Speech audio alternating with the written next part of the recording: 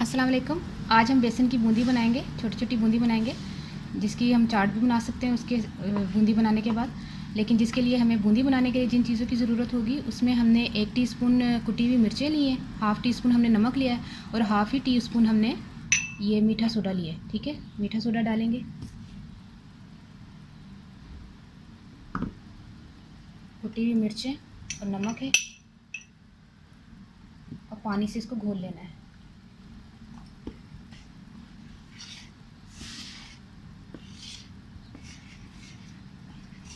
इसको थोड़ा नरम गूंदना है, घोलना है इसको, सख्त नहीं घोलना, अच्छी तरह इसको घोलना और चलाते रहना चम्मच ताकि ये सही तरह मिक्स हो जाए, इसमें गुठलियाँ न रहें। तकरीबन हमने इतना इसको घोल लेना है। ये देखिए, थोड़ा थोड़ा करके पानी डालिएगा, एकदम से पानी भी डाल के बहुत ज़्यादा पतला भी नहीं चाहिए हमें, बहुत ज़्यादा सख्त भी नहीं चाहिए। ये देखिए इस तरह ये गिरे, ये देखिए चमचे को भी लग रहा है, इस तरह इतना होना चाहिए। ठीक है, ये इस तरह घोल लें। अब हम बूंदी बनाते हैं। ठीक है, हम स्टार्ट करते हैं। तेल हमने जो है वो गर्म होने के लिए रख दिया है। अच्छा, मैं आपको ये बात बता दूं कि इस तरह की आपके घर में कोई चीज़ होगी ना, ग्रेटर, वो भी यूज़ कर सकते हैं।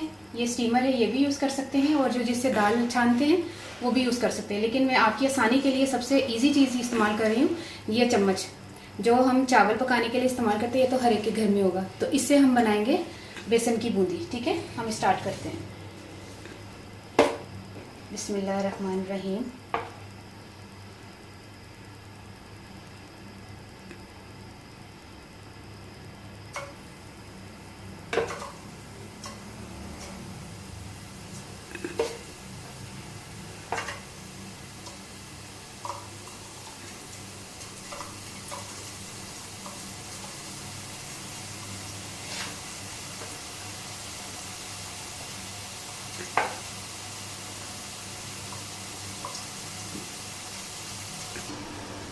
ये देखिए, हम जब ब्राउन हो गई है तो हमने निकाल ली है। ये देखिए, आपने बिल्कुल एकदम से तेल में नहीं डालते रहना, क्योंकि वो आपस में जब जुड़ जाती है तो फिर मोटी मोटी बन जाती है। हमें मोटी नहीं चाहिए, हमें छोटी छोटी चाहिए, क्योंकि बेसन की बूंदी है ना, फुल्कियाँ नहीं है। इसी तरह हम तमाम बूंदियों को निकाल लेंगे ब्राउन करके। और एक बात मैं आपको बताना भूल गई कि हमने बेसन 1 कप लिया था। ठीक है, ये याद रखिएगा, 1 कप बेसन था। बूंदी हमारी तैयार हो गई है। ये देखिए कितनी प्यारी गोल गोल। ठीक है, सारी गोल है।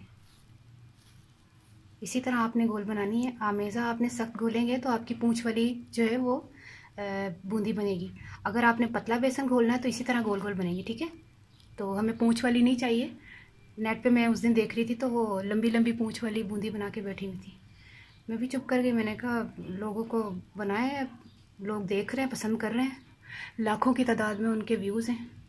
पूंछ वाली शायद लोगों को पसंद आई होगी। तो पूंछ वाली नहीं बनानी है आपने बनानी है गोल।